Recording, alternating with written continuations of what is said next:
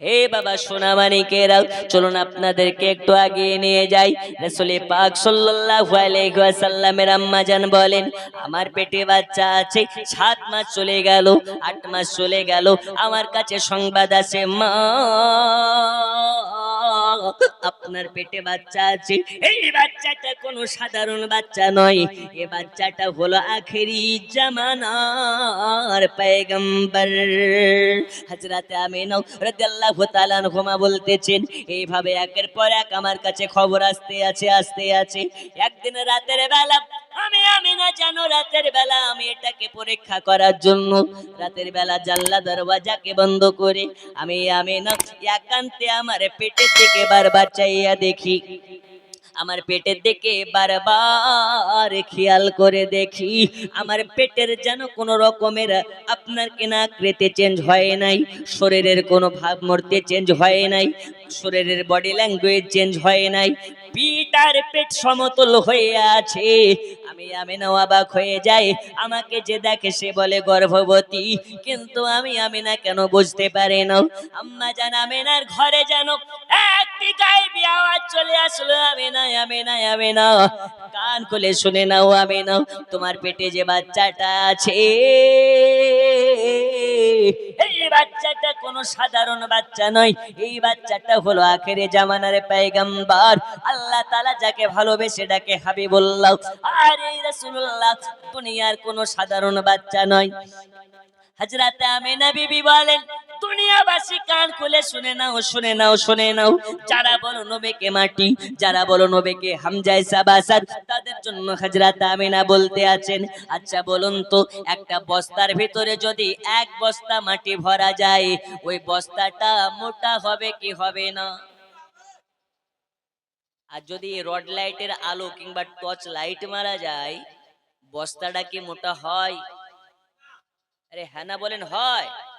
এই পেছনের মানুষ বুঝতে পারছেন, হয়। বস্তাতে মাটি ভরলেই বস্তা মোটা হবে, লাইটের আলোতে মোটা হওয়া সম্ভব নয়। দয়াল নবীর আম্মা জান বলে, আমার পেটে কোনো গাদা মাটির বাচ্চা নয়, আমার পেটে নূরের বাচ্চা আছে। এর জন্য আমি আমিনা, আমার পেটের কোনো ভাবমূর্তি চেঞ্জ নাই। জোরে বলুন।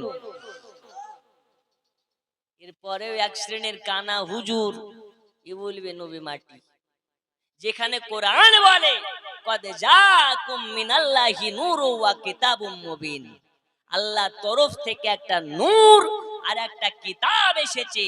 এরপরে যদি নবীকে কেউ মাটি বলে, ওই হুজুরের কথা শোনা যাবে? একটু হ্যাঁ না বলুন, যাবে? নবীকে নূর মানে যারা, তারাই হচ্ছে সাচ্চা নবীর দিওয়ানা। ও মা খালা, শুনে যান, রাতের বেলা দয়াল নবীর আম্মা জান বলেন, আমার পেটে যেন 8 মাসের বাচ্চা আছে।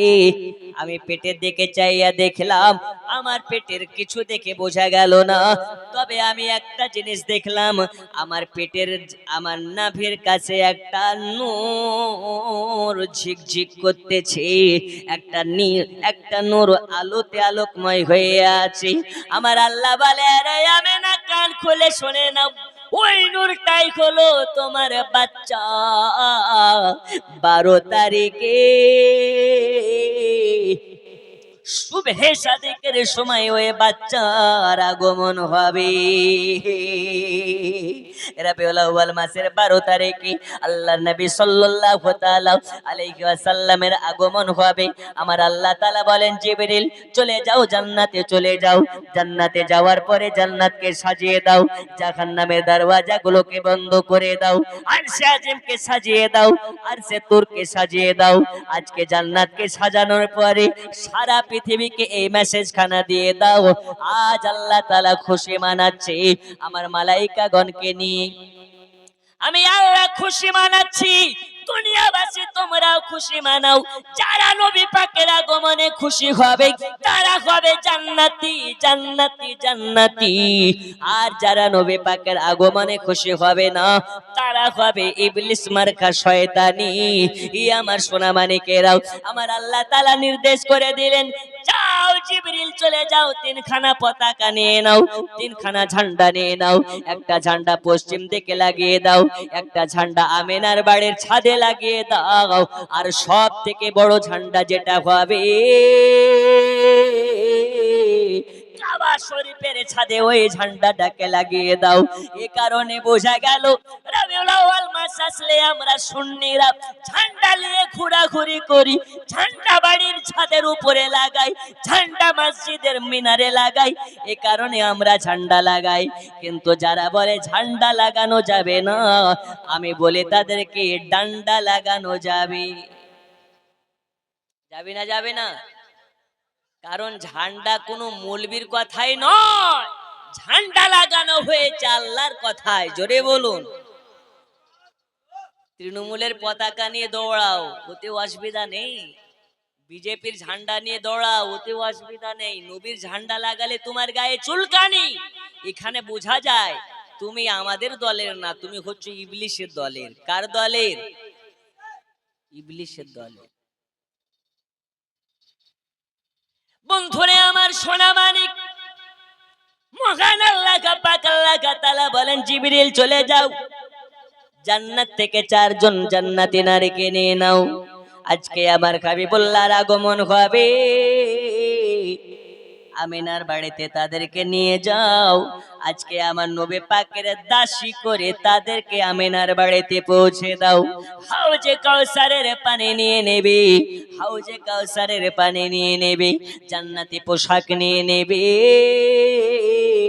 আজকে নবী পাকের আম্মা জানকে মেসেজ দিয়ে দেবে, আজকে সুবহে সাদিকের সময় আমার হাবিবুল্লাহর আগমন ঘটবে। নূর নবী এসেছে, নূর নিয়ে এসেছে, সে নূরেতে সারা জগৎ আলোকিত হয়েছে।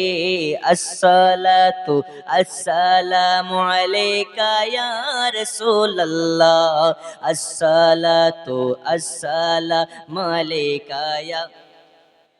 জোরে। নূর নবী এসেছে, নূর নিয়ে, সে নূরেতে সারা জগৎ আলোকিত হয়েছে।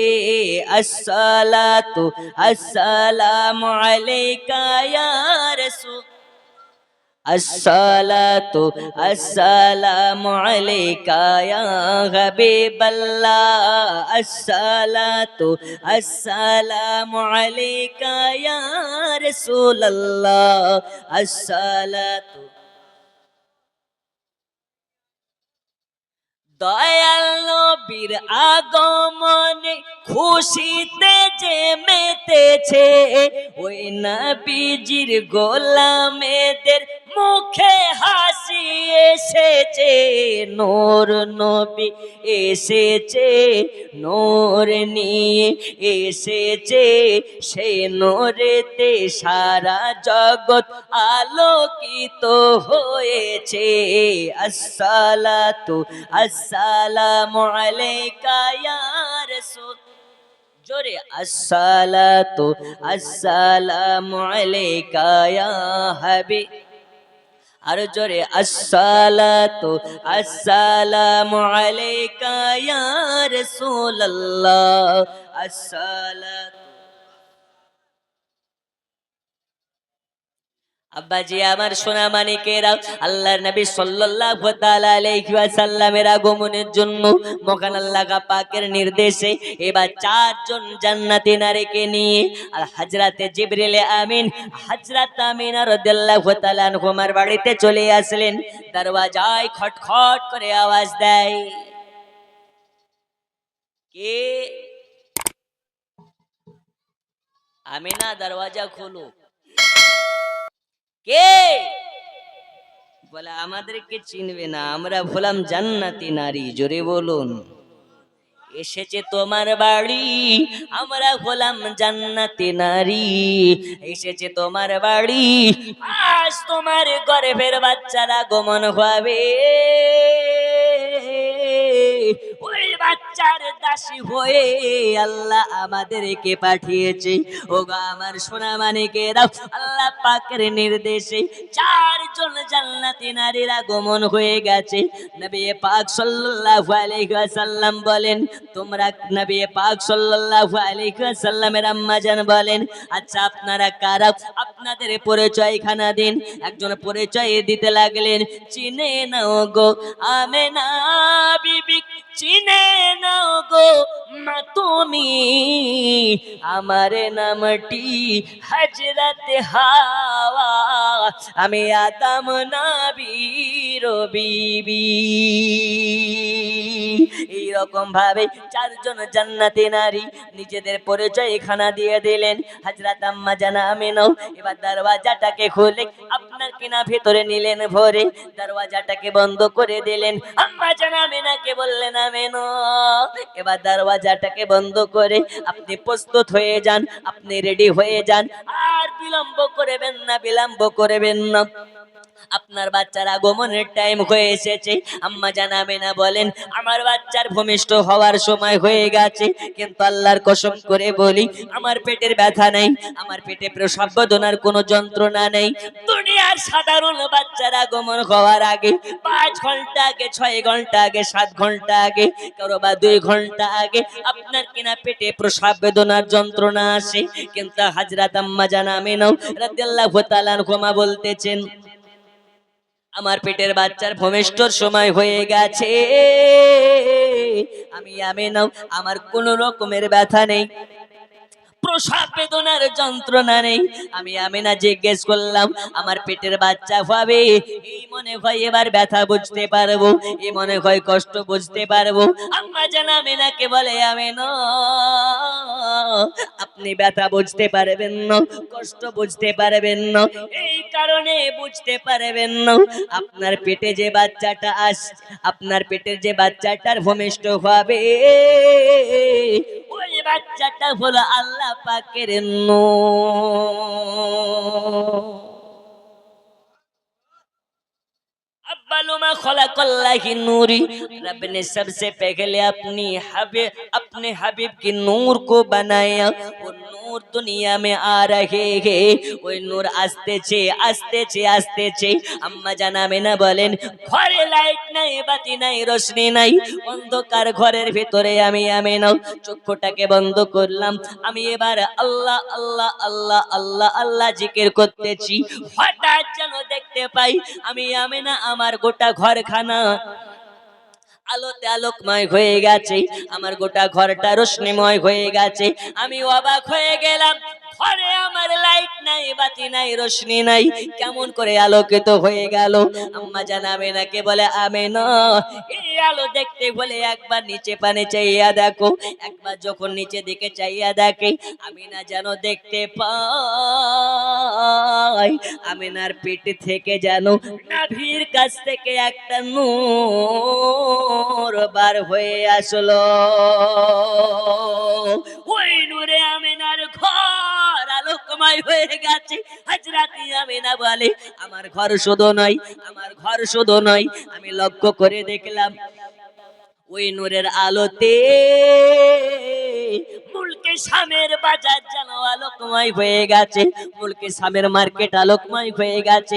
আমার আল্লাহ বলে, আমিনা আমিনা শুধু মুলকে শামের বাজার নয়, আমিনা তোমার শুধু বাড়ি নয়, আজ এই হাবিবুল্লাহর নূরে সারা পৃথিবী আলোকময় হয়ে গেছে।